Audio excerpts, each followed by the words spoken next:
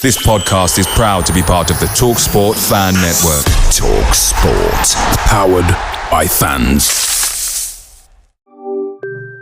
Hi Gemini, the football transfer window's open. How are my team's stats looking? Well, your team definitely has a lot of star power. Do you think we're going to have a good season? It's going to come down to consistency and a little bit of luck on your side. I'll let you know if we win. I'll be keeping an eye on the scores. Yeah, me too.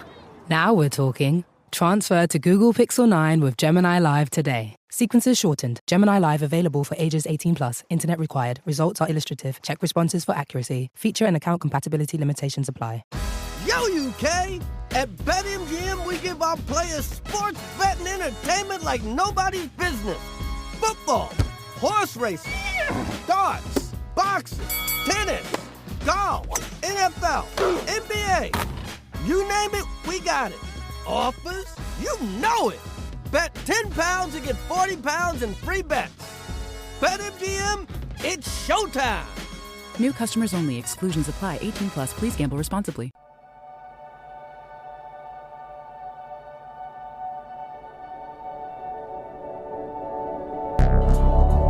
Good evening all, it's Monday night and welcome once again to the Tilton Talk Show sponsored by AMG Logistics. I'm Paul Hipkiss and I'm joined tonight by Claire Giblin as always. Good evening. Mr. Road Mark Adams. Good evening everybody. Looking cold. I've gone a bit funny to be honest, must be nerves. I can't afford the heating. He's not in the laboratory, Mr. Fisher Craig Courtney. Evening everyone. No, it's not a laboratory. I'm just forensics today, so looking after everyone.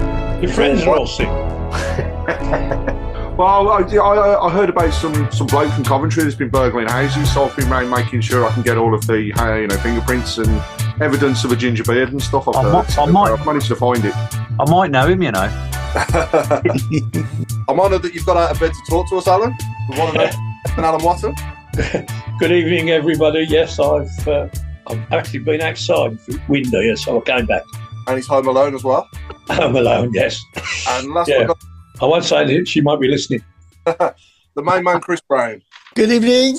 So I want to start tonight's show on a very sad note, unfortunately. I think for me, before the Wrexham game on Sky, it just showed what a world-class chairman we've got in Tom Wagner, and I want to repeat and echo what he said about, obviously, the sad loss of Leo Ross on last week, and just senselessly murdered, absolutely horrendous. And just want to push, obviously, for everyone to applaud on the 12th minute on Saturday. And also, I believe there's people out there trying to raise money for his funeral as well. So I really want to push hard for that, and I'm willing to give some myself as well. If you just let me know how and who we speak to. I think Robe, you were talking about that as well, mate. Yeah, I saw the details yesterday, so I can put it up on the page afterwards, and let everyone know. But I think there's a bit of time on that as well. The funeral costs have been covered, so the fundraising that's going on at the request of his family or step family is actually to go towards knife crime charity, which again we'll get the details put up there, but I think it's the right thing to do. And Paul, you've mentioned the 12th minute. Just also want to highlight a couple of other things. Keep an eye on the socials and stuff, because there's I think as a club we are just one big family, so we'll just make sure that he gets a fitting send off and he's remembered the right way. So keep an eye on all the socials, because there's awful lot going on. Yeah, stuff in the newspaper today already, and there'll be a few other things. So keep an eye. But for myself, having a 12-year-old daughter, it's just you can't get my words out, can't comprehend it, and to think that it's happened and been done by somebody that is just a couple of years older, egged on from what you read by others, just absolute mindless. And my condolences to all of his family, friends, and again from us, may he rest in peace. Absolutely. All our love to the family and everyone connected with Leo, and rest in peace, mate. So how do we follow that then? So we move on, obviously, now to Thursday night's game against Wrexham, and it was a pretty hard slog, wasn't it? And I thought we sort of we did a bit of a runner with that point, didn't we, Claire, in the end? Yeah, I think obviously echoing what you guys have just said. I mean, it's very close to home for me and my mum. It's literally 2 roads away where it happened. And we obviously know like people as well. So we're thinking of you all. On to Thursday. I think we suffered with nerves, to be honest. I think the atmosphere was one of the best atmospheres I've been in for a very long time. It was a kind of a Blues against Villa atmosphere. That's how it was, like hatred, but it was great. Better than the reverse fixture at our place. Oh, it was. Our away end, we were top class, and they were loud as well. Yeah. Literally, there is a fence that literally separates our fans and theirs. It was brilliant. So fair play to all of us that travelled down there. I mean, we did make some noise. I don't know if you could hear it, but it was great.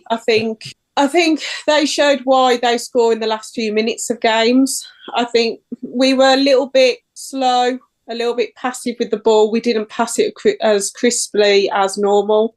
I do think that the grass was a bit long. I think that they did that on purpose. I thought we battled really well. And I've got to admit, I know I'm not a Dykes fan, but I think the first half was his best half that he's played for us. So fair play to him. And I think we just lacked that creativity. Their goal, I thought it was a foul in the build-up, but obviously let us know what you think. I thought so as well, Claire. Yeah, and literally we were screaming for a foul, handball. I was like, it was a handball, and everyone was messaging me saying it was a handball.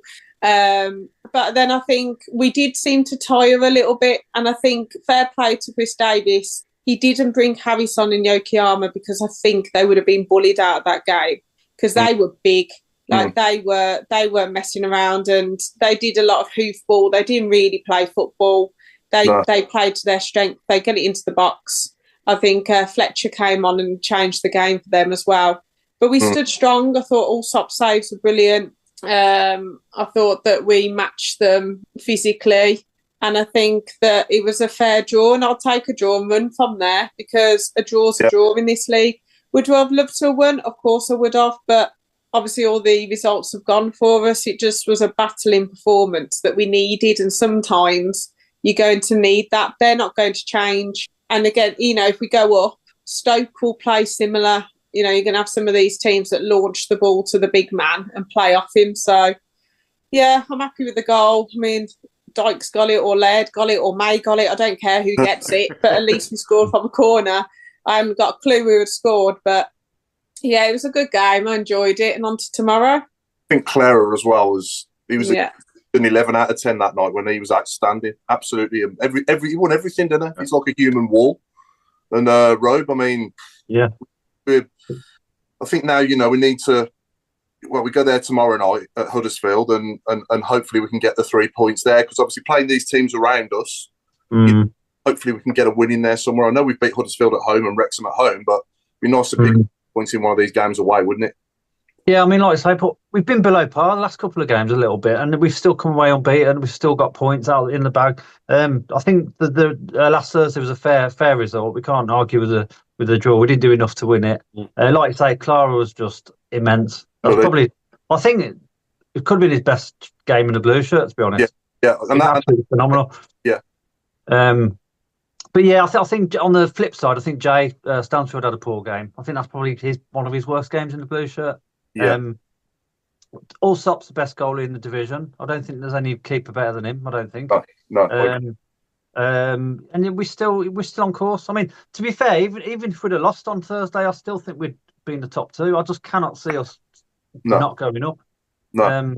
But fair play to Wrexham. It's their big sort of game, their big night. They got a draw out of it. I think they probably would have took a draw before the game as well. Yeah. So yeah, we move on. The points. I think.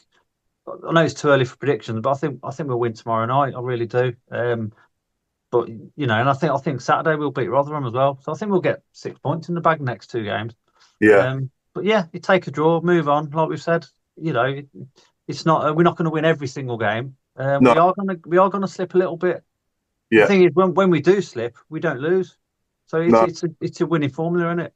Yeah. I mean, I thought we were good in the first half at Wrexham. We played quite well there, and then in the half it was very. I think chances were coming at a premium at both ends. Really, there wasn't really much going on in either end, and they did have a few chances towards the end when Fletcher came on and caused a few problems. But I think as soon as we break, and I think it was Keshy, weren't it, who cut it across. I thought, come on then, Alf, a moment. And unfortunately, literally about 2 centimetres behind him, didn't they? It was how good, to be honest though, Paul, how good was it to see Keshy back? Yeah. Some of those balls across the face goal were superb. Yeah, we've missed him. We have missed him because he's, if he's not top on assists this season for us, then he's mighty close to it. It had been like, I think they said that it was 3 or 4 seasons. Wrexham have only lost 3 or 4 games at home, I think it was. So, you know, they are a good, strong side at home, and you can see why. So I thought we competed with them man for man, more or less throughout the whole game. But second half, they sort of had the edge. And I'd say in the first half, they had the edge, and that's what probably a draw in the end was a fair result, wasn't it, Craig? Yeah, I think, to go back on that as well with the record of Wrexham, they've actually got the best home record of games played and points returned across all of the divisions, which is some record. But, I mean, Thursday night, not going to lie, Sky were getting on my nerves like nobody's business because they kept on going on about the record and they've done all these different things. Hey, look at the fact that Birmingham have got all their home games still to come. So that record will, I still believe, be beaten by ourselves as well. Yeah. But we had to show up as on Thursday. I think there was a little bit of a shock to the system. It was definitely a foul for their leading up to the goal. However, can't take away what a fantastic finish it was either, because when you watch that from behind the player, the curve on that ball was just incredible. So it was a fantastic goal. But great that we got back into it so quickly. And, again, though, we've had opportunities that we've been unable to put away. So can we come back to a conversation we've had on many occasions, which is we don't punish teams enough. It was, you mentioned Klarer there. I think the whole of the defence were amazing on Thursday night. But Klarer's performance reminded me of the early Liam Dayish days when, Barry Fry once described it, that if somebody was firing a rocket towards his head, he'd still head it away. And that's what Klarer was like. And it's interesting as well to hear the thoughts of the gaffer in terms of the way things are and the way the team are so bonded, that I think it's going to take a lot to upset the apple cart. And, we move on. We'll go on to another game, a tough game. Huddersfield haven't exactly held back with spending during this window either. I think it's something like £4 million or a bit more now that they've spent. So they're going to give us a game and a half, but they're beatable. When you look at the results of the weekend, there's no reason why we can't go there and turn them over. But if I'm completely honest, I'd take another draw because the pressure's on them. The pressure turns on us when we start playing our games in hand. The start of those to come up shortly. But a lot of games for Birmingham across February, especially at home. And, something I heard yesterday, it's really scary. But if Birmingham beat Stevenage, get a home draw for the semi-final of the Virtue Cup, then they will have 8 games at home across a 33-day period. I mean, we go on about fans and travelling away, but to have that many fans that have got to travel to home games and just after Christmas, Valentine's in between, and you've got no money, but we'll still turn up in force. But yeah, move on to a tough game tomorrow, and we'll see what happens. But should also say welcome to our new midfielder, really, shouldn't we? It's I was coming on to that. Great signing. I'll leave you to do it, and Paul, go on, you can introduce it. Yeah, I'm not going to say good signing or bad signing because I'm going to be totally honest and say I've never heard of him. However, welcome to Birmingham City, Kieran Dowell, and I'd never heard of some of these players that we signed in the summer either. And Cochrane, for example, not a player I'd come across before, but my God, he's my favourite player. Oh yeah. So there's a lot of players, isn't there, that we sign that before they come to us, you don't know much about them, if anything, But he'll come in, he'll put the blue shirt on, and then we'll certainly know him, and hopefully he lights the place up, like a lot of these lads have done since they've been here. But yeah, Alan, do you know much about him? I didn't this time yesterday, but I've done my homework, and there was a few gaps in his CV, like the last 2 years. He don't seem to have registered as doing anything. Now, the guy who interviewed him today on Blues TV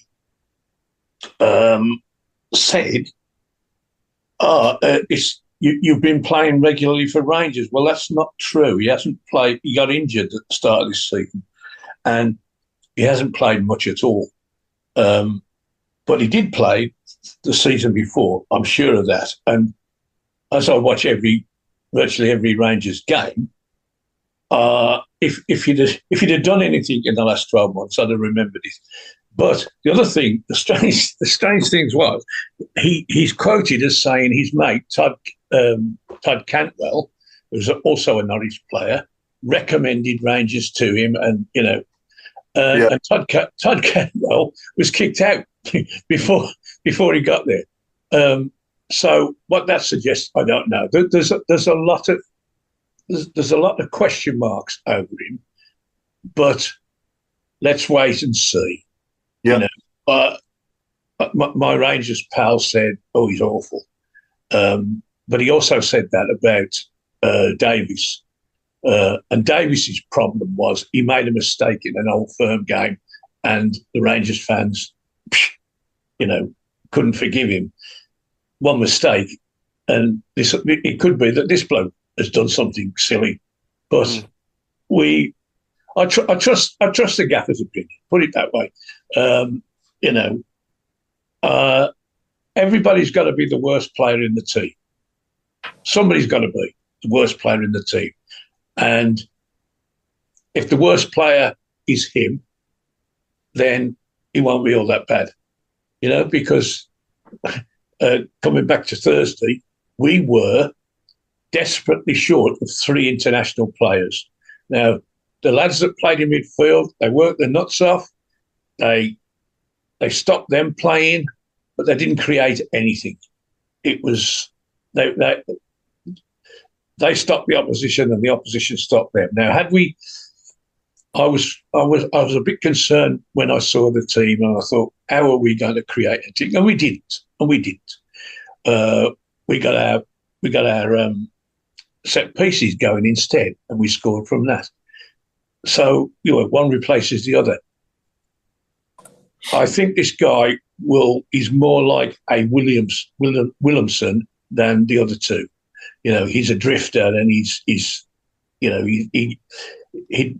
goes not slowly, but he drifts through defences, and he's got a shot on him. I've seen that. Scoring goals from 25, 30 yards fairly regularly. So let's look at the positives. If Williamson is going to be out for a time, then we need somebody to replace him who's of a similar ilk. And this bloke may just be the one. I think when we sign players, we can rejuvenate them. I mean, we signed Djukovic from Burnley when you go back a few years, and he's now a cult hero, and he's scored no goals in 32 games for Burnley when we signed him. Yeah. The career he's had with us. He's our biggest legend in the last 15 years, probably, I'd say. Yeah. To be honest, though, Paul, look at people like Stevie Carr. I mean, he was on the scrap heap. We brought him out of retirement. Look what happened. I know, yeah. So, well, last 15 years, probably in the last 10 years, sorry. In the last 10 years. Yeah. 15 years goes to the Carling Cup final, doesn't it? So, until they put that shirt on and they go out and play for us, then we can't really judge. But I'm just thinking out loud now. I'd never heard of Williamson. I'd never heard of Christoph Klarer. I'd never heard of Cochrane. And I can't be alone, surely. Any of you guys, honest answer, had ever heard of either of them three as well when we signed them? No. And I think also that you noticed, I've got to admit, the Wrexham game would have been brilliant if we had Paken, Watton, Williamson in there. I think, I think we would have won that game otherwise. And it just shows we might need that something extra. Yeah. I listened to him at the gym. I was on the cross trainer just listening, and he's got the talk, I think. Mm-hmm. I think he's quite tall, so he adds a little bit of height, and I think we lack creativity and fair play. They've looked at it and gone, okay, then we need somebody else. Does that mean Willem's out for a while? Because I've got to admit, we are quite coy with what we say about injuries. We're not really that open. We never know what the injury is. It's one thing about Chris Davies. They don't go, oh, he's out with a hamstring, or he's out with a pulled calf. They're injured. They're in touching distance, or they're a little while. We never know how long they're going to be. No, it's a psychological thing. Isn't it? I mean, we signed Hanley, and suddenly Bielik was back in the squad. Oh yes, I'm all right, boss, because he's somebody challenged for his spot, and that's another thing. This guy might have, Williamson's, ifing him. Well, and I don't know whether I'm ready yet, boss. Well, okay, fair enough. We'll get somebody else in your place. Oh, well, I'm getting better. It's all psychology. I think this guy's. I can't say a bad word about the manager. You probably have to work out what he's up to, because it isn't always obvious. But so far, these occasions when, well, what's he signed in for? Who's this bloke? Has he gone wrong yet? No, we've got some good quality players. I think it was good to see us go out there at Wrexham and roll our sleeves up and, get that draw. And, we all battled, didn't we? Every single player out there. I felt very comfortable in the last 15 minutes that they were never going to score. Did you? Because were you watching the same game, Alan? I was having I know what you're ball into the box. And what happened to that ball in the box? The big man headed it away. And the more they bumped it in, the more he headed it away. Now, obviously, if the ball's in our box, then they've got a chance something might happen. But it didn't, did it? There was one save from the goalkeeper, and the rest was gobbled up. Thank you very much. You can keep pumping these balls in all you like. And the madman on the left wing, he was pumping them in. No. I was confident, and with what I was seeing, that I won't say they were never going to score. That's a bit of an exaggeration. But the likelihood of them scoring reduced as the game went on, and there was no panic in the last minute or injury time, was it? In fact, we had the ball by during the time added on, and the game just petered out. Then whistle went. We were on the halfway line with the ball. Yeah, I think some players are getting better now the more they're playing. I think Gardner Hickman is certainly doing really well in there. I thought he had a good game again on Thursday night. I'm no Dykes fan either, the same as you, Claire, so far, but that was probably his best game, I'd say, for us on Thursday night as well. And he got the goal, and he did put himself about. He does do that anyway. He does put himself about, and his confidence is probably growing more with the more he's playing and with the momentum that he's getting. But as soon as Williamson's fit, he's straight in the 10 for me. As soon as he's available, he's got to play there with May up front. And Dykes can come on as an impact player again. But it's good to know that we've got someone there, though, that can do something, that can score. I mean, we don't even know who scored the goal, do we, still, on Thursday? I think it was credited to Dykes, wasn't it? Yeah, it was credited to Dykes, but I still think it was an own goal. But I thought it was Laird, personally. I thought it was Laird as well, so I did celebrate like it was Laird. But I thought it was. He definitely got his head to the ball. Whether it hit another Wrexham player and went in, I don't know. But he definitely headed the ball. Yeah. I've seen it from the back, the front, the side, forever. And he definitely got his head on the ball. Now, the next thing you know, it's in the net. And I suspect it just took a touch off. It would have gone straight into the goalkeeper's arms if this guy hadn't deflected it. And he only deflected it a couple of, a foot and a half.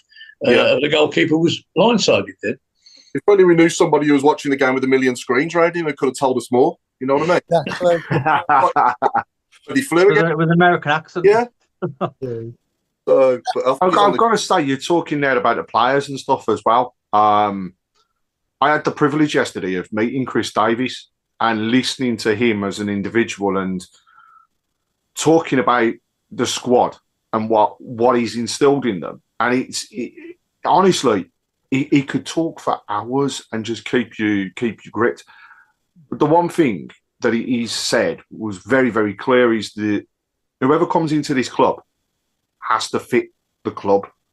And whoever comes through the door has to be good enough not only to wear the shirt, but to turn out for Birmingham City. And he made it very clear that players that do not turn up will not be around. And it was one of the first things he was talking about yesterday was when he started making the signings and they started getting people through the door, you very quickly saw others leaving. And that was because he didn't see them as squad players. He didn't see them as people that were basically going to give everything for Birmingham City.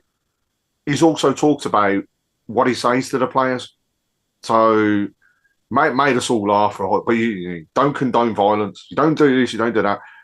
He's basically said to his players that if there's a player on his own team and they get pummeled over, pushed over, jumped on, whatever it may be, and the other players don't crowd around and get themselves involved and make it feel intimidated, then they're not doing their job.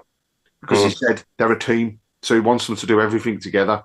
And he highlighted one particular occasion where Taylor Gardner-Hickman had got pushed and he went straight over the hoardings. And there was only a couple of players that went down to kind of surround the player that had pushed him. When he got into the changing rooms, he gave them all a rollicking and said, "You're a team. You should all have been there." And he went, as he said, he doesn't condone people going up and punching and kicking, whatever else. But what they should do is be there to say, "What are you doing to my mate? Because if you're doing it to him, you've got to do it to me as well." And that builds it up. The other thing was he spoke about the style of play and how actually he's really impressed with the way the players have taken on board what he wants to do and how all of them have bought into that same thing, which is a high press, strong forward front game. And that's what he wanted to ensure was put across to everybody. But what I can say is just an incredibly nice man. First time of speaking to him. I know a few people have done so before, but first time of speaking to him, and yeah, God, you can see, he's got a passion. He wants us up. The one thing he said, he also said in his half-year interview, he doesn't look any further ahead than the next game that's in front of him. So when people talk about you're top of the league, you've got games in hand, he's like, yeah, but we've got Huddersfield on Tuesday and then we've got Rotherham on the Saturday. So, all I'm looking at are those games.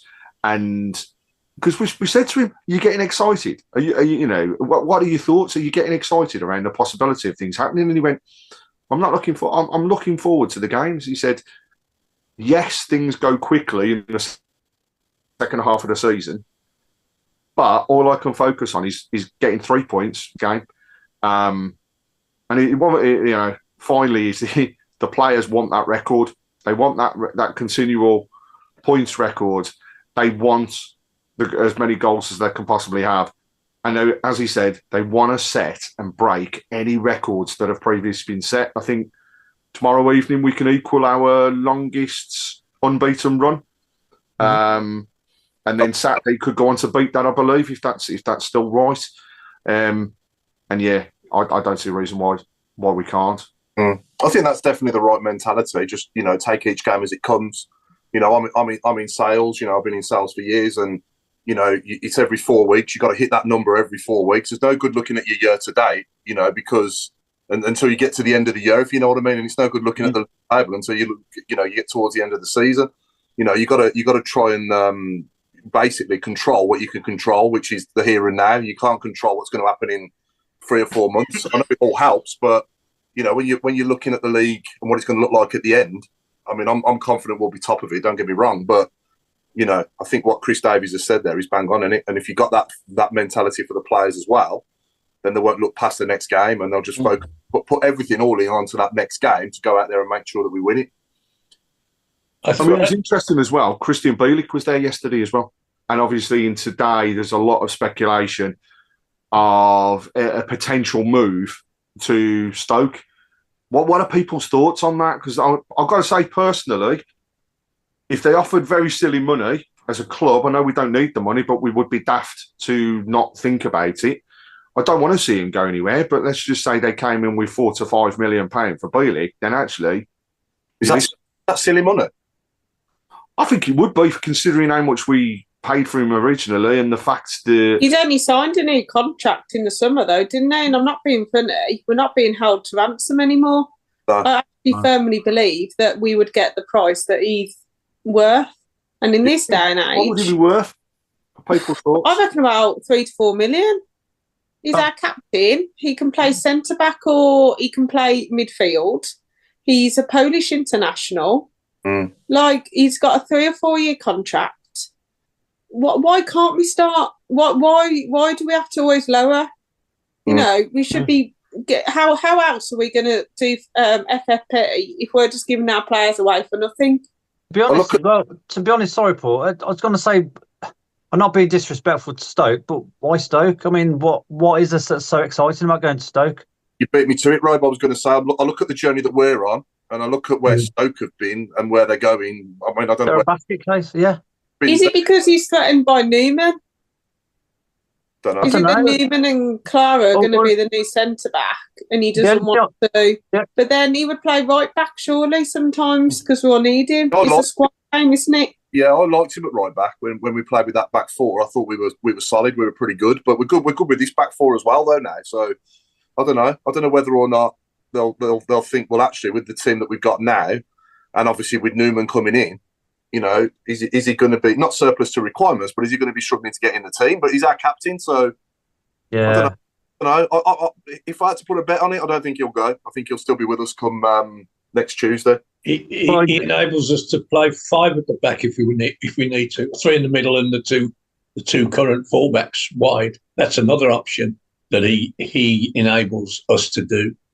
In fact, I think the business of him playing right back, he did start in that position, and then we decided we only needed 4, and he took over at right back, but he was right of centre to start with when we brought Davies in, because we wanted a left-footed player. So we finished up with, for parts of games and perhaps for 1 or 2 full games, with the 3 of them, which I personally know, because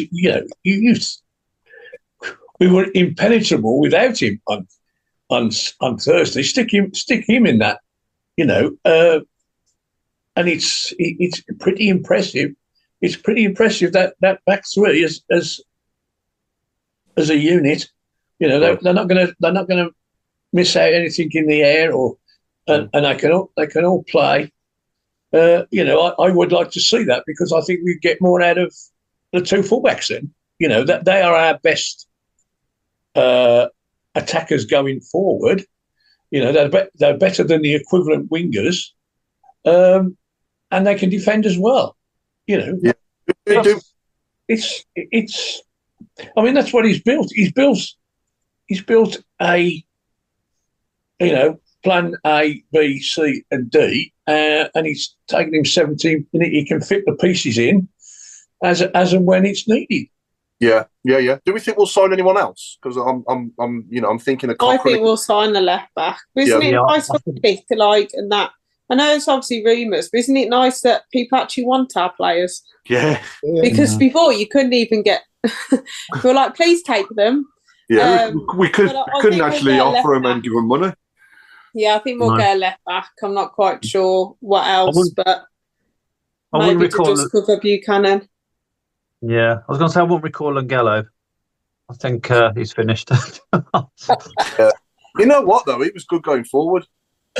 He was good going forward. I'm not saying he's the answer. Don't get me wrong, but I'm just saying defence saved his life. But he was skillful.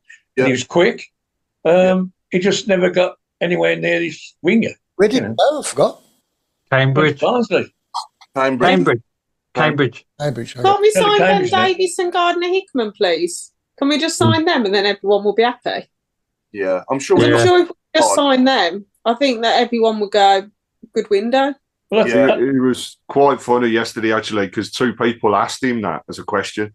Can we sign Davies? He's been phenomenal. And can we sign Taylor Gardner-Hickman? And Craig Gardner was next to him, and all of a sudden you just looked at it, everybody was like staring at him. And he just didn't crack. There was nothing there at all, but I totally agree. 2 players we should be looking at. Are we not getting close to our maximum loans now? I think we're there, aren't we? I think we're there now, yeah. 5 in it. 5, yeah. So there'd be a case for signing. If we wanted to bring another loan in, you're going to have to sign one or both of those, aren't you? To make a gap for another loan signing. Yeah. But just going back on to my comment earlier about, not knowing these players when we sign them. and this goes out to all our viewers as well, who's the best player you've ever seen in a blue shirt that you'd never heard of before we signed him? And just be honest about the fact that you'd never heard of him. Obviously, Cochrane's probably up there this season, and Klarer.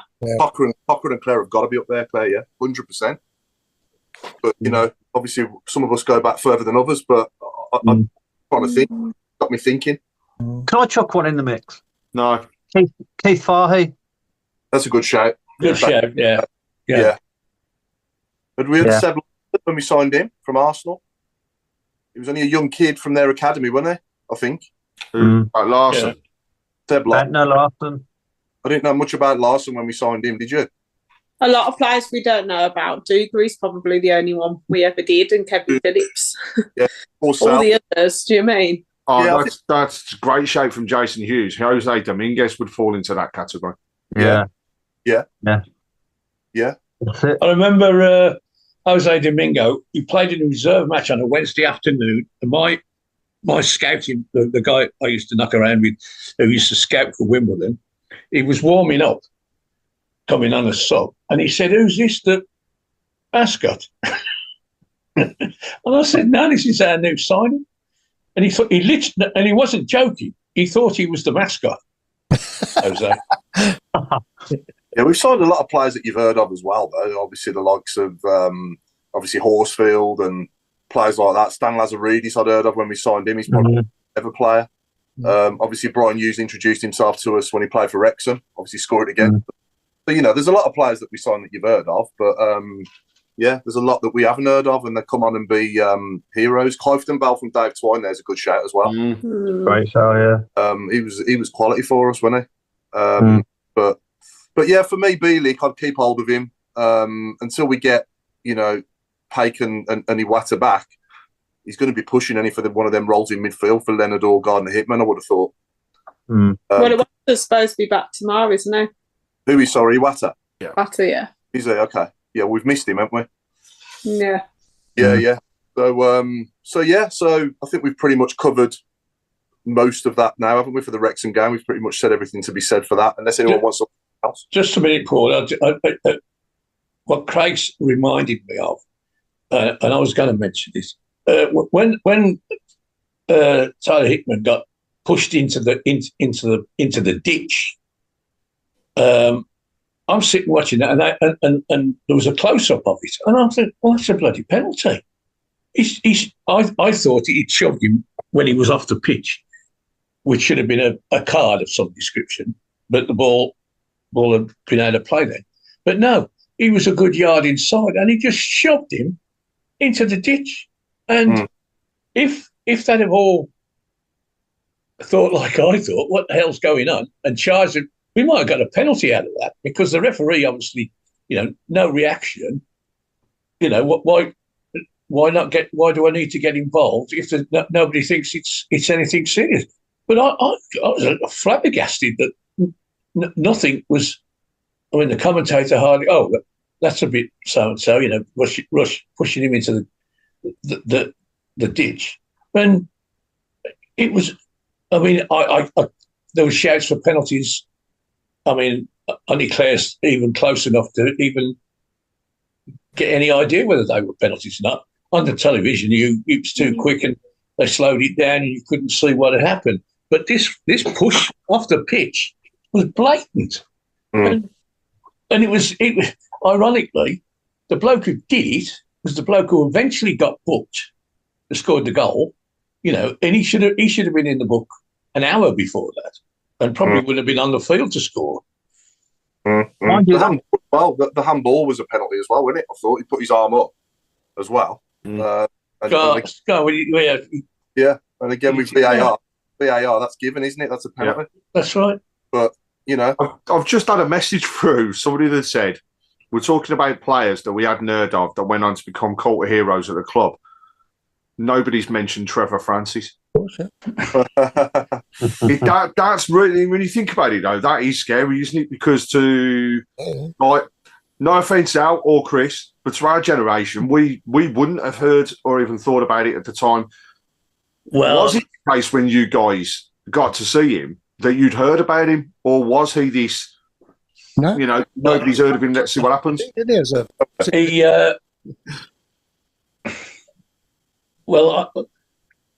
we'd heard of it because he played for Plymouth Schoolboys against Birmingham, and Plymouth won 6-0, right? And obviously, that's what brought him to the attention of the Birmingham Scouts. He then played in an England trial where we sent all the big guns, the manager and whatever, and he had a stinker because he was ill. He got off his sick bed to play in this trial. He didn't do very well and didn't play for England Schoolboys. But the Birmingham Scouts stuck at it. Now, the first time I actually saw him in the flesh was playing for the youth team on a Saturday morning, because I just left school. I normally play football on a Saturday morning. So the first Saturday morning that I didn't, following you after I'd left school, we went up to the training ground at Damson Lane, and there was Trevor Francis, 8 stone, wringing wet, skinny little but absolutely outstanding. So I won't say I didn't. Obviously, I didn't know of him until he did this wonderful thing for Plymouth.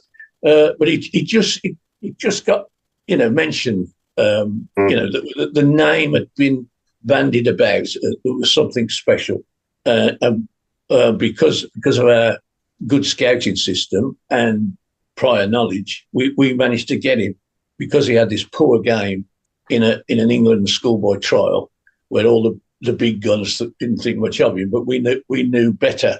Yeah, absolutely. Well, back to the shout box. I was about to say, Chris, good evening to everyone on YouTube and in the shout boxes. And any good questions? This is an interesting one. Side note, but why were our signings from Scotland all Scottish this season? And he lists Cochrane, Wright, Dykes, Hanley, Dowell, Iwata. Dowell's not Scottish. No, from Scotland. From Scotland. Cochrane's not Scottish either, or No, he's we're obviously from Durham. Stopping in that league, haven't we? Quite a bit this season, and I think it's been more good than bad in it. Really, I mean, Cochrane and Iwata, the two standouts for me from what I've seen so far, and Ben Davies as well. Well, they're three in particular have been the standout 3 signings from the Scottish League so far. But hopefully, Dell's another one. Scott Wright's got to get up to full fitness yet, hasn't he? He's still working his way back. I think the jury's sorry, Paul, butting in. I think the jury's still out on him for Wright. I mean, he shows flashes of quality, but then he can be a passenger, can't he? Yeah. So, Lyndon Dykes came from QPR, so I'm not going to include him, even though is he Scottish? He's New Zealand. He's Australian. Australia. Zealand, and or Australia, yeah. He's Australia. Yeah. So when you look at years gone by, the likes of Greg Stewart and Cosgrove and players like that we signed from up there haven't worked out. So it's good to see a few of them working out. I mean, I remember we signed David Murphy from up there and Darren Randolph as well. Were both good signings from there. So from Scotland. So yeah, why not? Why not give some of them a chance? I think to be fair, what if I mean, we've had these discussions till we're blue in the face about the standard of Scottish play and et cetera, but it's like anything else. They're not all mugs. And if you've got a good scouting system and you spot somebody, who's Darren Randolph? I can't even remember who he played for in Scotland. Hibs. Pardon? We got him from Hibs, then we? I think. Hibs, I think, yeah. And David Murphy, never heard of him either. But the pickings aren't as good as they used to be. Signing Scottish players, but there's still people there. Yeah. Any other questions, Chris? Anyone got any other good comments for us to read out? Right, okay. I'm going back there. Somebody agreeing with Claire. I've lost my chat on YouTube, so if you can pick up on that, Craig. Rangers and Celtic are basically our feeder clubs. Yeah. Dave Barnett, what a centre half he was towards which finished his game, and he lost loads of pace. And he was from Barnet, wasn't he? Dave Barnett from Barnet. Barnett from Barnet, yeah. From Barnet, yeah. And we can't have Barnett on the show because he did play for Barnet. Dave Barnett signed for Barnet from a West Bromwich Sunday team. He was non-league, yeah. Yeah, he was. Again, he was another one that was just built like a house. Hi, Gemini. The football transfer window's open. How are my team's stats looking? Well, your team definitely has a lot of star power. Do you think we're going to have a good season? It's going to come down to consistency and a little bit of luck on your side. I'll let you know if we win. I'll be keeping an eye on the scores. Yeah, me too. Now we're talking. Transfer to Google Pixel 9 with Gemini Live today. Sequences shortened. Gemini Live available for ages 18+. Internet required. Results are illustrative. Check responses for accuracy. Feature and account compatibility limitations apply. Yo, UK! At BetMGM, we give our players sports betting entertainment like nobody's business. Football, horse racing, darts, boxing, tennis, golf, NFL, NBA. You name it, we got it. Offers? You know it. Bet £10 and get £40 in free bets. BetMGM, it's showtime. New customers only. Exclusions apply. 18+. Please gamble responsibly. You know, I mean, imagine being a striker and running at him and Daisha. Yeah. You know what I mean? You're just going to pack up, ain't you? Like these people. Although Davies is solid as well, you know. He is. He's a big, strong lad as well, isn't he? I mean, the pair of them. They're both I think good players. Clarer is a beast, isn't he? Yeah, Klarer's an absolute beast, yeah. Yeah, if he could, when he was in bed with my missus, I'd tuck him in. I'd jump in with him. Yeah, sorry, Fraser. Yeah, Fraser Higgins correcting me there. It's Motherwell we got Randolph from, not Hibbs, I think. Oh, Motherwell. Yeah. So should we move on to our first game? Should we go early before we move on to the women? We'll have one quick game and then we'll come on to the women, Craig. What would you fancy? So should we do the Who? Let's do the Who. Have you got the Who ready? You've put him under pressure now. Look, he wasn't ready. Just while he's Jose Dominguez is just miles ahead in terms of players that they're saying, we've signed that we'd never heard of. But another couple that were chucked in, Peter Shearer, Jesse Lingard, Michael Johnson. Oh, yeah. I've not heard of him from County and Dev. Yeah. Devlin, a lot of people, I know we don't follow Notts County, but they were in a pretty good league. They were in the old First Division, weren't they? Notts County, Dev and Jono. They were in the top division, weren't they? Is that right? Because they used to be on Central every week, didn't they? Yeah. And Leggy as well, Andy Legg. Dev was a bit of a non-league. He'd been around the block a few times, non-league. So people who followed local football would have known of Dev before he went to Notts County. But you're right about Jono. I mean, he made his debut against Barnet. We won 5-0. What a great! That's the signing. Here's a question: anybody in the Carling Cup team that you thought I didn't know about him before? I'd say Zigic, Jean Beausejour. Yeah. And the centre half, whose name I can't remember. Oh, Urinek. Oh, Martin Urinek. Oh, what a player! Urinek was class in that final, wasn't he? Yeah. He'd let Bobby Moore tackle on Van Persie at one point. I'd heard of Lee Bowyer and I'd heard of Craig Gardner and Kevin Phillips, obviously, and I know Kevin Phillips didn't play. But I mean, Roger Johnson, I'd heard of him, but I didn't know how good he was until he signed. Do you know what I mean? Because Obafemi Martins. Obafemi, yeah. Nikola Zigic. At the end of the day, nobody heard of Zigic until he come to the club. No. Well, I remember seeing him in the World Cup, and you thought, who's that? And then we signed him. You've already said him as well earlier, Mark. Keith Fahey obviously played Fahey as well. Fahey's the one because that cup final, he was man of the match for me. It's a pity he didn't score when he hit the post because I thought it was amazing. Well, they all were, weren't they? They all were. Everybody was. Yeah. The story about Tarantini going back as longer times. Obviously, the Argentinian World Cup winning team, most people could quote it, except for it was that crap bloke that was right that we signed him. Yeah. It's like the French team in '98 as well with Stefan Givarch up front. You got Zidane, Vieira, Petit, Desailly, Lizarazu, Thuram, all these world-class players, and Stefan Givarch up front. Say again? Never heard of Ensu. Ensu, yeah. No? Ensu, yeah. Undoy? Where did Undoy come from? Yeah, that went on to be any good. Dave Twine's just put a name on here that you hadn't heard of, but also it links very closely to players signed from Scotland. Oliver Teberley. Yeah. I knew him. Tebs, yeah. Chelsea. Yeah. Seen him a couple of times. I knew of him, but I didn't know he. I knew of him, but I didn't know what he was going to bring to the party. That was a shock, you know. I did have a conversation with Steve Bruce. I said, "Where did you find him?" He said, "No, have you got any more?" And he said, "Don't be so greedy." But Tebs, it didn't come with the reputation of how he turned out. You know, this, get up and go and get stuck in and whatever. He was just another Celtic player. Yeah. Perhaps he saved it for us. Had we heard of Ian Bennett when we signed him from Peterborough at the time? No, not really. Had we heard of Jonathan Hunt when he signed and Gary Breen and people like that? Because they were all good players. Steve Claridge. Did we know much about Steve Claridge when he signed? Yeah, he's kept scoring against us. Yeah. David Seaman. And look what he went on to do. Yeah. Yeah. There's a lot, isn't there? There's a lot of good players that you don't know much about when we sign them. And hopefully, Kieran Dell's another one. He's just signed today or yesterday. And hopefully, he has a good second half of the season with us. And then he can take the next season with us and become a great player for us, I think, Paul, that the number of players who've come through as unknowns and been turned into legends, there's a lot of players who've been well known to us and we've gone, whoa, we've got so-and-so, and they've been bloody useless. And, it works both ways, doesn't it? Yeah. I mean, I've got to mention Damian Johnson as well. I thought he ran his socks off for us. Yeah.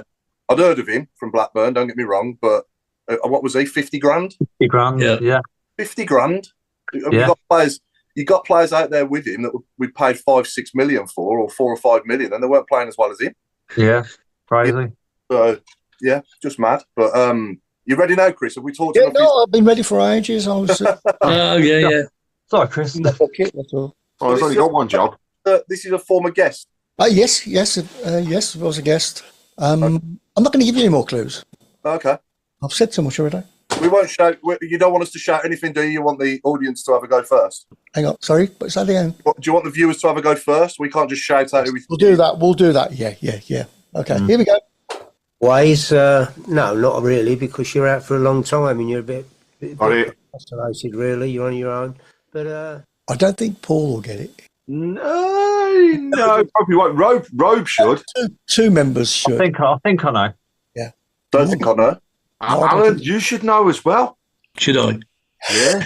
I was going to say, Claire, what do you think? But if they don't think I'm going to get it. No, Claire's got no chance. Claire's got no chance. Say it again. No. Here we go.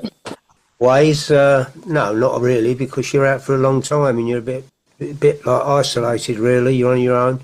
But no, it did have a difference. It must have done, because I ended up playing in. There you go. Somebody said Harley Dean. No, way out. No, he's not. Just while people are having to think about that, just want to wish Mama Giblin a happy birthday for tomorrow, Claire. Yeah, happy birthday, Mum, for tomorrow. And I'm taking you to Huddersfield. Happy birthday. Oh, what a present. That's going to the football and coming home with 3 points on your birthday. That's brilliant. Yeah. I hope she gets more points than I did on my birthday against Wrexham last Thursday. Hopefully they're not speeding points, because that would be bad, wouldn't it? What about points or pints? Both. We're doing dry January, so, I mean, fair play to Wagner. He brought everyone a pint, so he brought me and my mum a Pepsi and a cuppa, so we did well. Brilliant. I was going to say, did you see him? Did you chat to him? Didn't see him, no. He was in the lower bit and we were in the upper bit, but yeah. It's still opened the tab for everyone, though, hasn't it? Exactly, so I'm happy with the tab. It was the smallest bar I think I've ever seen. But yeah, so. Ian Clayton, it's not Darren Purse. Is it somebody that played in like the 70s or before that? Definitely. Okay. That's a clue, isn't it? So, yeah, 70s. So it's a 70s player? Yes. That's been a guest on the show? Yeah. I wasn't on that show, was I? I'm not sure. It was in the studio. It was in the studio, yeah. Was he? Yeah. Yeah. The only player I remember being with before my time that played was Phil Summerhill. No, but you're in the right room. He got a London accent, hadn't he? Yeah. He played with Phil Summerhill. There you go. There's another clue. Yeah. You know, I think on this show, I think this show is just Craig, wasn't it? It was in the studio with him. I think. No, you were there. Oh yeah, you were there, Robe. Yeah. Don't think if it's who I think it was. I don't think I was. I don't think I was all there. You did your normal. Have you got any memorabilia that you want to sign? But, you know, he was doing all of that business. Yeah, and I've got something that he signed for you here. Have you? Correct. If it's who I think it is, I've bloody got it. Oh, right, okay. I was going to say, we know you're not all there, Rob, but I think you was there that time. No, it's not. Oh, Dave Twiner's got it. Yes, indeed. Well done, Dave. And who do you think it is then, Robe? Tony Wand. Correct, Tony Wand. There we go. Well, yeah, it must have been. I wouldn't say I recognise it. Ways, no, not really, because you're out for a long time and you're a bit like isolated, really. You're on your own. That was a great show, I remember. I've heard the name, but what was he? Where did he play? Was he a defender or a midfielder? Defender, yeah. Left back and centre of defence. Yeah. Good player. Oh yeah. Yeah. Who'd you compare him to nowadays, like from the current squad? Ooh, that's a difficult one, isn't it? I don't know. Who would you compare him with? I don't think you can. Can you, Alan? No, he was when the Spurs won the UEFA Cup against the Wolves. He was, I think, they only had one sub then, and he wasn't it. But if there'd have been two subs, he would have been. And he was, a reserve for Tottenham for season after season, and they got people like Cyril Knowles, and and they couldn't get a game, and suddenly we got promoted, and he turned up. I remember when he came in, he was going, why do you want to speak to me? He was such a humble bloke. Yeah. No, that was me, Chris. That's right. Yeah. I knew Chris was bloke. Right, before we come on to the next game, let's talk about a disappointing result yesterday for the women, Craig. Yeah, it's fair to say they didn't get out the blocks. I mean, Bristol came with a game plan, which they stuck to throughout, and to be honest, they killed us down the wings. First goal, okay, arguably the weather had a playing factor for it, but still a lack in defence that we haven't seen in other games. And the others, they literally just come at us, and we just couldn't cope. But one thing I will turn around and say is, you're not going to see a performance like that out of that team again, because as always, and this is credit to the team, they came round and they met the fans afterwards and chatted with people. Amy was incredibly angry, and you could see that as soon as she got in the dressing room, they were going to get the proper hairdryer treatment. The second half, they did nothing for 35 of the 45 minutes. In 10 minutes, when Libby came on, the one thing I'll turn around and say is I've never seen a yellow card given so quickly. But I also liked the fact that when she came on the pitch, the first thing she did was go chasing a dead ball, which actually should have been a corner, which is what she argued and ended up getting the yellow card for. But then we were a different team. And it was because I think there was just that little bit of anger that was coming out of players that were coming off the bench and didn't see an opportunity. When Libby came on, Fuso came on as well, and he brought a bit more balance to the team. We were more attacking, held on to the ball a lot better. But yeah, 3-1 loss is it's a disappointment. The one thing I will turn around and say, though, is we lost 3-1, but we're still top of the table. And it came because of that single goal that we scored, because actually they jumped above us until we got that. So the takeaway from it all really is, it was a disappointing result, but we're still top. We're still in that prime position. That, to me, would have been more of a kick in the teeth for the Bristol players than it would have been for the Birmingham ones, because they expected to come away top of the shop and didn't. And we move on to the game on Sunday against Sunderland away. So it's actually in the Stadium of Light, I believe. So we beat them 5-0, start of the season.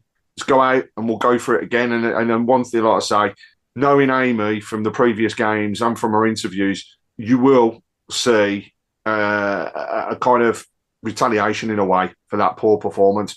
And if they don't see it, she's not going to be afraid to make a few changes. So still, like I say, prime position. The one thing that was nice, the weather was atrocious, bloody horrible to sit around in. It was cold, it was wet, it was windy, but actually more people than ever came to see the game. What was the attendance, Craig? They didn't formally announce it, but what I can say is that there was definitely a bigger attendance than I've seen down there this season. It was nice to see more of the families. Claire, thank you for getting the school involved, because, you know, I was handing out tickets to people outside the stadium, and they came in, and then afterwards to get the feedback that they enjoyed it and want to go back. That's exactly what we want to hear. The official supporters clubs had over 300 people come to the game across the weekend. That was just purely 4 days worth of us saying, come and watch the ladies. And you know, we want to do more to get people down there, because we still want to celebrate this double promotion at the end of the season. 4 games to go at St Andrews, 4 big games, you know, so it's still that opportunity to get down there and support the ladies. And I'll be putting more stuff out there. Have a read of Stephen Gill's write-ups, because he's a Birmingham fan, he's a season ticket holder, but he's completely honest around the way things are, and he says it as it is. And I think his write-up this time around is it's a good one. It's strong, but it's good. And like I say, you know, just like the men, it makes a difference. And yeah, to see more families down there was great. And I think what we'll also see is more of the club being more actively involved as well. You know, Jeremy Dale was quite often down at the ladies' games, and I think we'll see him down there more. He was there the weekend as well. So hopefully things will move on. As with all of them, the women's team have an official supporters club. Come and join us. You know, you get all the perks as everybody else, but it's that support of the ladies' team that we want to see. And we'd welcome also any ideas around what people would like to see down at St Andrews and what would attract them. And let's not take away. Hey, we were front page on Sky News this weekend and this morning, because yesterday was the first time that drinks had been allowed inside a football stadium since the early 80s. And we were leading that trial yesterday. So it was very, very, very strange to come down to your seat and see people sitting next to you with pints in their hand. Talk to a couple of the stewards, and they were like, at first, it was like, oh, no, you can't come down. Oh, yeah, you can. And he started, you know, changing that way of thinking. We was asked a few questions as to whether we think that would ever happen at the men's game. And I think we'd be a long way off, an awful long way off it ever appearing in the men's game, because it is a different atmosphere. Like I say, it's more family orientated at the ladies. So it's nice to get that trial. But that was another first for our club, and that's there until the end of the season. Now, having a pint in the stand won't necessarily attract everybody down there, but to be part of that yesterday was, like I say, it was just really strange. And but people enjoyed themselves. You know, people joined in. The amount of photographs you see on social media is hilarious. I've got a pint in my hand and I've got the football pitch in front of me. But it's, you know, that's the type of thing, though, that just draws attention to what's going on. So again, as we get to our next home game in a few weeks' time, I'll put more details out there. And if you can get down, come down.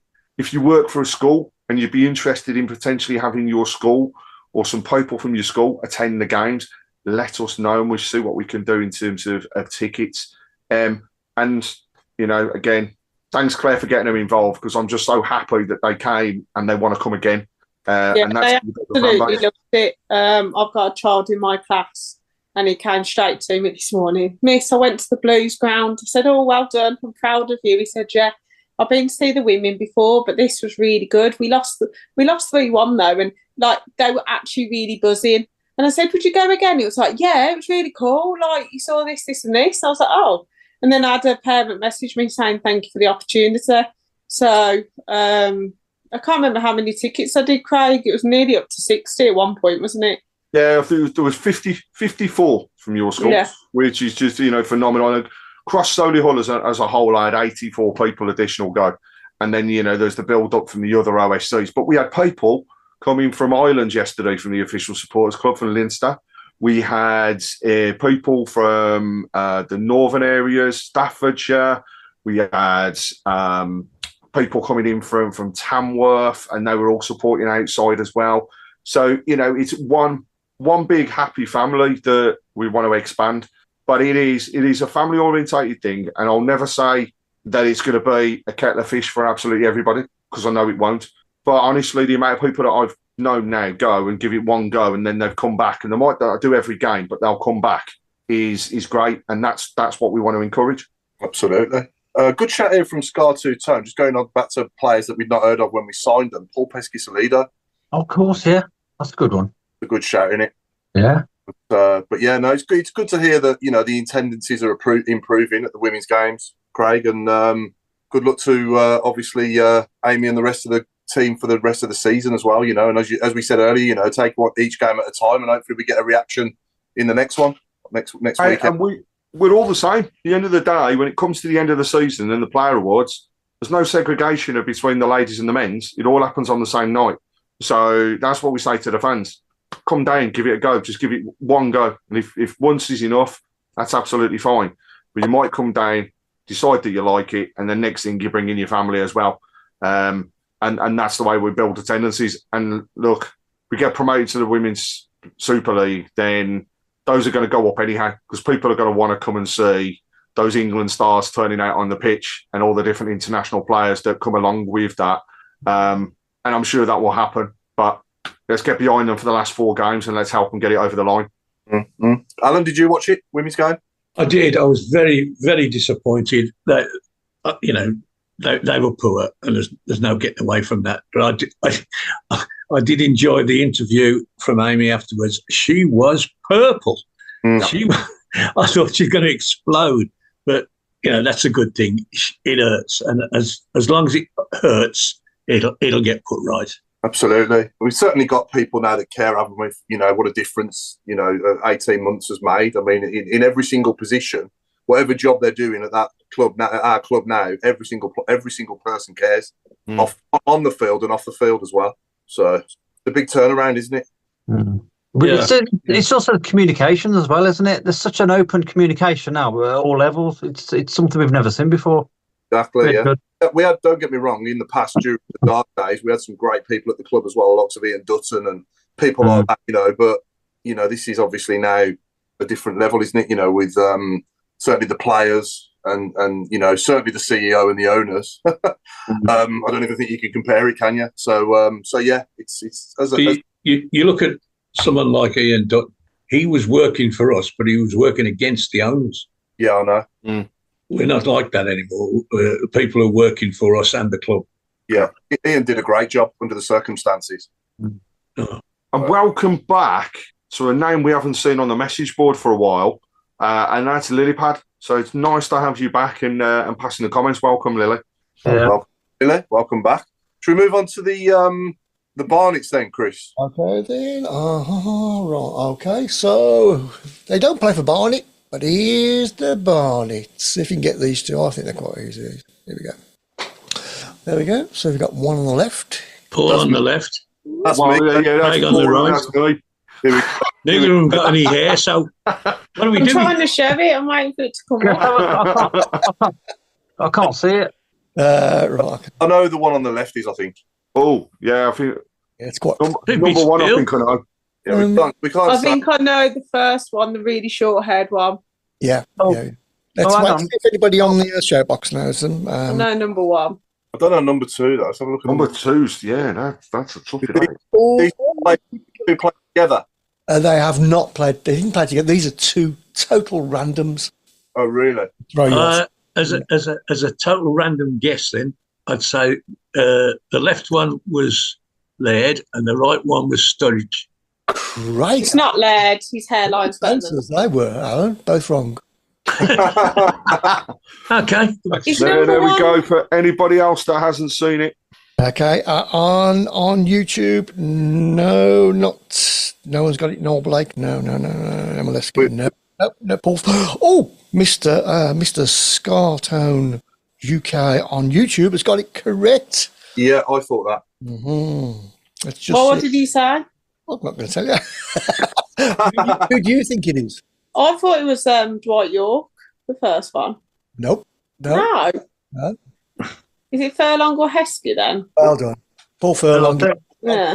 Anybody know Furlong. number 2? Anybody know number 2? Oh, for Trevor at the time, because if he'd have stayed fit for a full season, Trevor would have had a promotion on his CV as our manager. Yeah. Yeah. He was And I still go back to the record of most goals scored to appearances for the club. Yeah, he was quality when he played. He was really good. Can I see that other one again, Claire? Number 2. It's I don't think it is Andy Murray, Michael Woods. No. I'll give you. Yes, number 1 is Paul Furlong, right? I'll give you a clue on number 2. We have probably within the last 10 minutes mentioned his name. Damien Johnson. Fahy. No. Fahy. No. Fahy. No. Damien Johnson. No. Michael Johnson. No. On the board, you've got Pesh. Correct. Pesh. Is it? So Paul McCarthy. Well done. Yeah. Well done. Well done, Paul. Well done. And that, ladies and gentlemen, he doesn't play for Barnet, but he's his Barnet. That won't include Dave Barnett. Yeah. I think we should just add that at the end now. That's a great song. We've got to add it on. You've got to sing it. You've got to sing the lyrics. Yeah, okay. I need a tune. Do you want me to sing the theme tune? Got to include the words, it's not Dave's Barnet, but whose Barnet is it from? Not Barnet. No. They don't play for Barnet, but here's the Barnet, and it's definitely not Dave Barnet. I'm not going to say it now because it'll be annoying if we do 3 times. He doesn't play for Barnet, but he's his Barnet, and this will never feature Dave Barnet because he plays for Barnet. Oh, dear. I just thought I'd let everybody know you must be behind because he's definitely not Roger Johnson and it's not Pennant. Haven't they heard us say the answers? Michael Woods hasn't heard us say the answers, I don't think. They're still coming in. Oh, bloody hell. Yes, it was Paul Furlong, and yes, it was Pesky Solino. Unless Michael Woods is saying he'd never heard of Roger Johnson when we signed him. He'll answer that in a minute as well. He might be saying that, mightn't he? Might be. Yeah. Yeah, because you can rewind the feed now on YouTube and Facebook. Yeah. So, We've just confirmed, Dennis Bohemia, it's not the robe because robe's got no hair. I've got a little bit. I've got a few remaining strands. Yeah. So what do you look like tomorrow, Claire? You got work? Yeah. And then you're I'll straight work, and then I'll go straight to Huddersfield. straight from work? Yeah, well, I'll nip home and then go up. And then pick your mum up and up you go. So what's No, my mum meets me at my house, and then because we're going north. Right, okay. Yeah. So hitting the road at about, 3:30, 4 o'clock, something like that? Be about 4 o'clock. I don't finish school till 3:30, so I'm like, come on, let's go. Off you go. And then I'll be off, yeah. Quick, Should be a good McDonald's game, on the to be fair. motorway. Pardon? McDonald's on the motorway. No, I'm on a diet now, wedding diet, so there's no McDonald's for me. Oh, can you get me one? No. All right, then. We only buy things for people we like. I thought you wanted a wedding diet then, bro.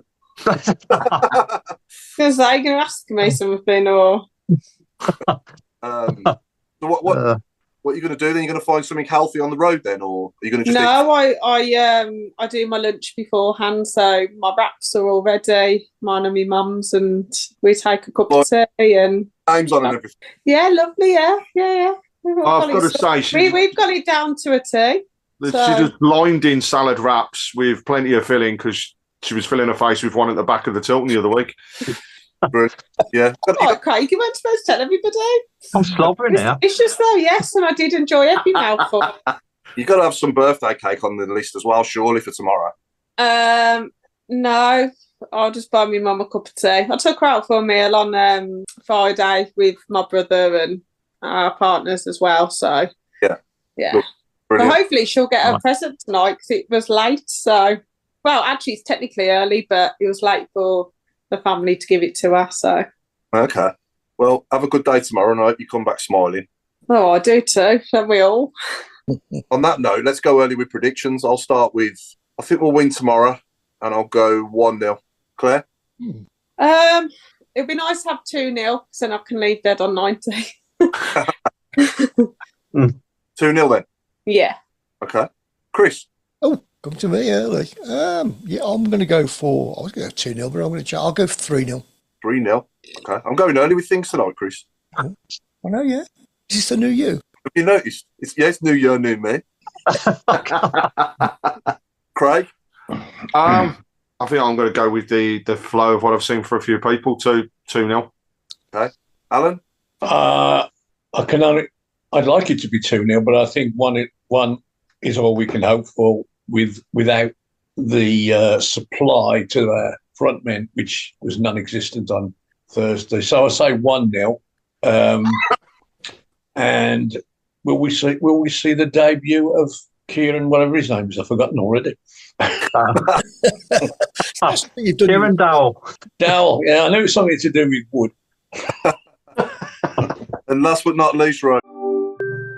Hi, Gemini. The football transfer window's open. How are my team's stats looking? Well, your team definitely has a lot of star power. Do you think we can have a good season? It's going to come down to consistency and a little bit of luck on your side. I'll let you know if we win. I'll be keeping an eye on the scores. Yeah, me too. Now we're talking. Transfer to Google Pixel 9 with Gemini Live today. Sequences shortened. Gemini Live available for ages 18 plus. Internet required. Results are illustrative. Check responses for accuracy. Feature and account compatibility limitations apply. I think we might concede tomorrow, but I think we'll win 2-1. I'm going to say 2-1. 2-1, yeah, okay. The message board, we've got so many that are coming in this time. So Lilypad's gone for a 2-1 Blues. Benji Smith agrees with Claire, 2-0 Blues. Mark Lightwood, 3-1 Blues. Paul McCarthy, Dave Saul, Tony Saul, Steve Kimberley, all saying 2-0 Blues. Bill Mint, 3-1. Michael Evans, 2-0. Michael Woods said 3-0. Jason Hughes, 1-1.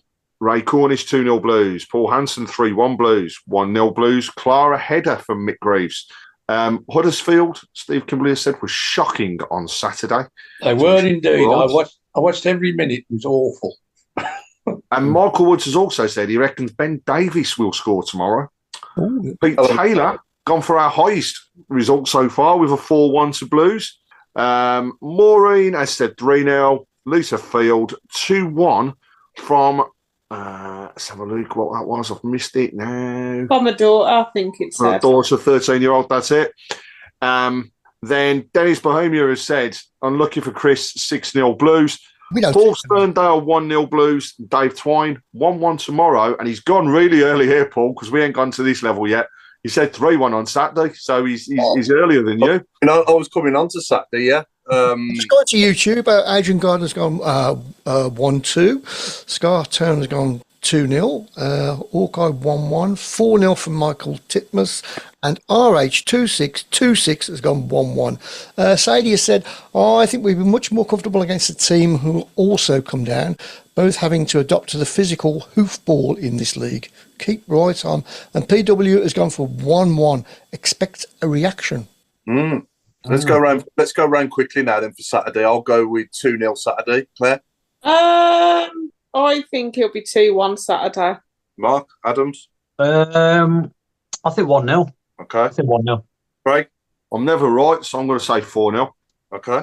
Al? 2-0. You coming up? Yes. I've got a secret. I've got to tell you this. I'm going to watch Spurs and Elfsborg on Thursday night. Okay. On my way up. Guaranteed The detour. Yeah. It's a proper detour, but that's a decent detour to have. He's on your bike. Yeah, I'm stopping at my daughter's overnight, then travelling up on Saturday morning. Oh, brilliant. Okay. Chris? I'll go for a 2-0. Okay. Now, had we had a Martin Granger when we signed him from Brentford? Not really. Not really, no. No. No? Yeah. We've got an announcement to make, haven't we, Paul? I think you've I'm just giving a segue, Chris, you know what I mean? Excellent. It's an excellent segue, that is. He is, yes, correct, he is a train driver now. It's called show business, isn't it? You know what I mean? No. So yeah, I'm delighted to say that on the 20th of February, Thursday, the 20th of February, that week, our show will be on Thursday evening, not on Monday evening, so put that in your diaries. We'll be joined by the one and only Martin Granger, who Mark Adams has never heard of when he signed for us. That's good. Granger, kill me if he is that.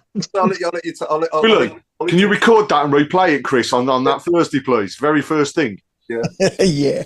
Yeah. But no, he was a fabulous player for us, wasn't he? And got a new book coming out, and he's coming on to talk about that. And obviously, we'll reminisce with him on the memories of his great playing days for us. So certainly the best left back I've seen in my time, and Cochrane does remind me of him a lot. And hopefully he can kick on to have a similar sort of career and be the same sort of cult hero for us as well. Because I think if he sticks around with us for 8 to 10 years, I mean, how long was Granger here for? He signed in 96, didn't he? And he left testimonial, so he must have done 10. Yeah. So if he does 10 years as well, then he can be the same sort of cult figure, can't he? There's no reason why not. He nearly cost us promotion, because when we played Brentford towards the tail end of the season, when we scored the goal, he kicked Kevin Francis, and Francis didn't play another game that year. Yeah, he was a strong player, wasn't he? To say the least.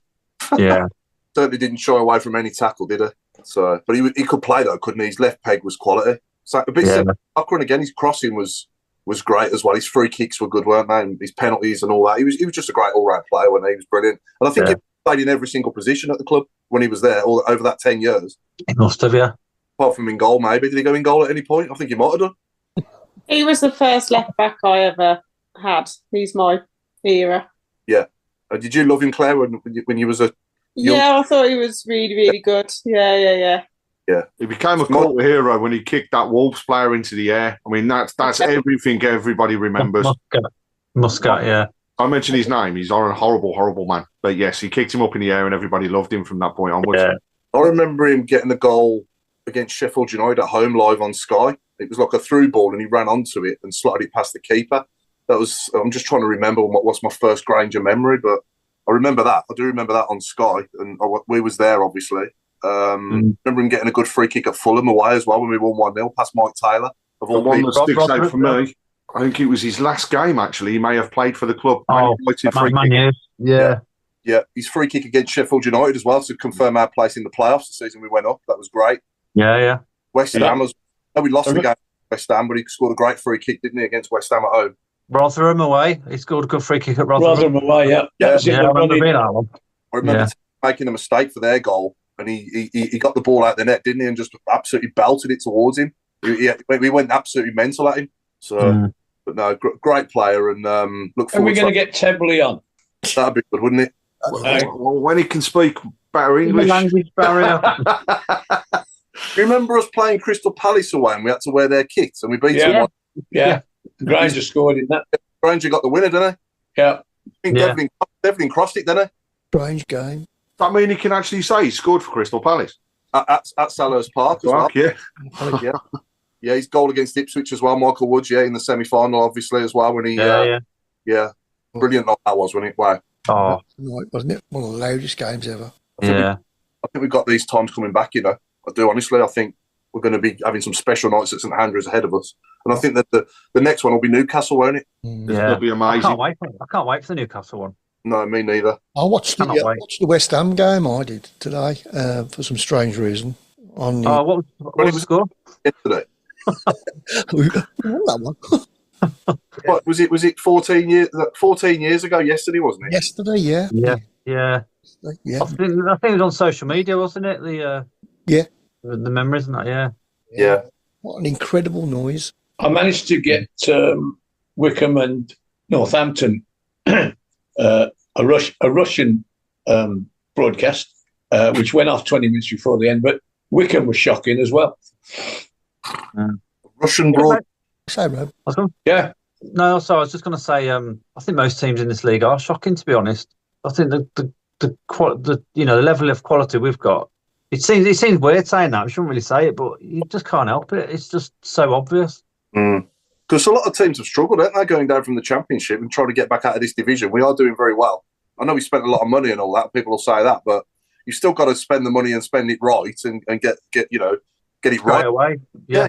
You still got to have a team that gels as well, because you can buy 11 fantastic players, but they can't play as a team. Exactly. Who came this is down? Why I don't get why people are moaning. I don't get it. I don't know what more you want. No, it's the moaning. 15 games unbeaten, top of the league. We're in a quarter-final of the Virtue Trophy. Okay, it's not a massive trophy, but we've got a chance to get into Wembley. We're playing against Newcastle is it the fourth round of the third? Yeah. Fourth round of the Cup. I mean, we got knocked out of the Carabao Cup from a Fulham team, but we gave them a game. Yeah. And we've got more wins away from home than we have in the last about 5 or 6 years. I'm actually watching some all right football. I don't know what you can moan about. People are doing heading, to be honest, saying, "Oh, we'll be found out next year." Let's get there first, then we'll worry about next year, next summer. I don't think we'll have this team next year. If I'm being honest, we'll invest again, and we'll be a completely different team again. So I don't get it.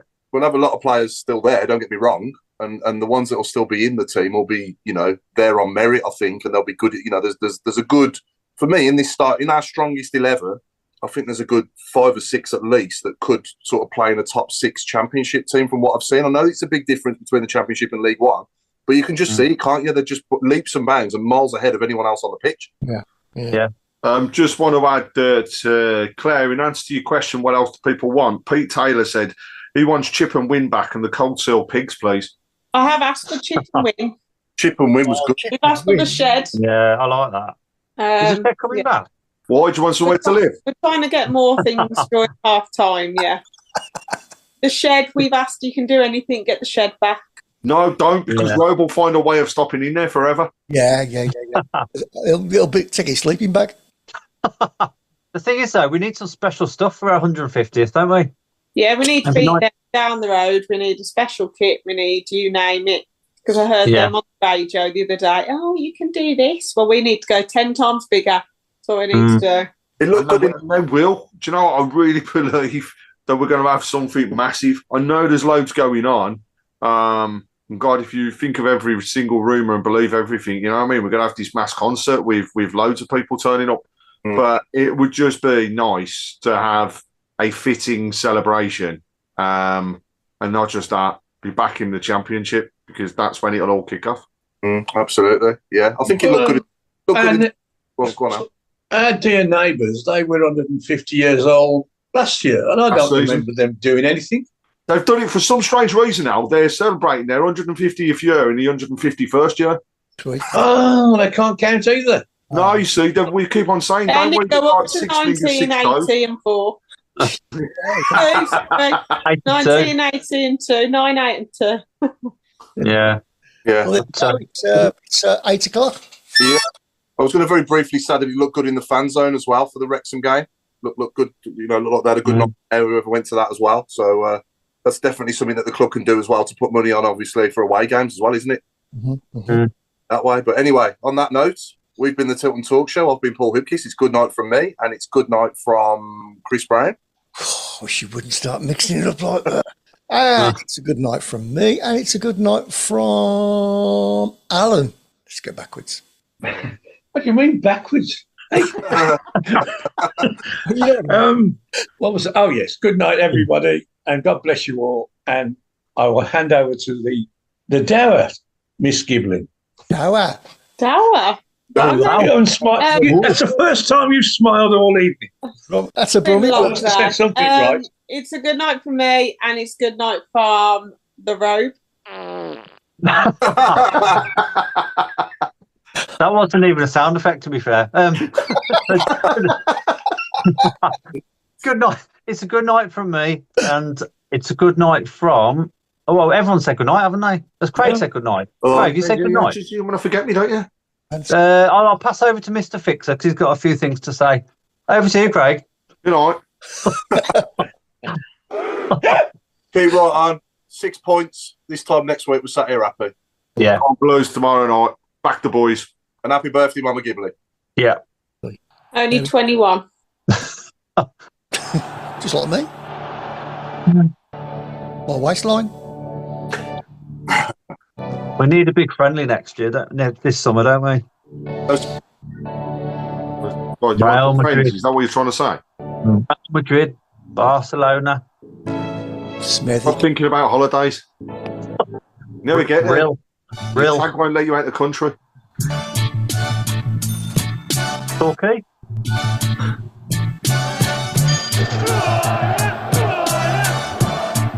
Have we ever heard of Liam Dash? Yeah, play for Blues. When we signed him. Actually, thinking about it, I've got the most obscure one. Have we ever heard of Mark Rowe before we did it? I'd never heard of him before this show, no. No. Then we had to sign him. Then we cancelled his contract, Chris. On contract? I must write back to my mum and dad, tell them where I am. What, in prison? I'd heard of you, Claire. Everybody's heard of Claire. Who? Or should I say heard, Claire? A lot of people hear me. Third game 2. Well, who's her game 1? Don't throw me a curveball. I'm confused.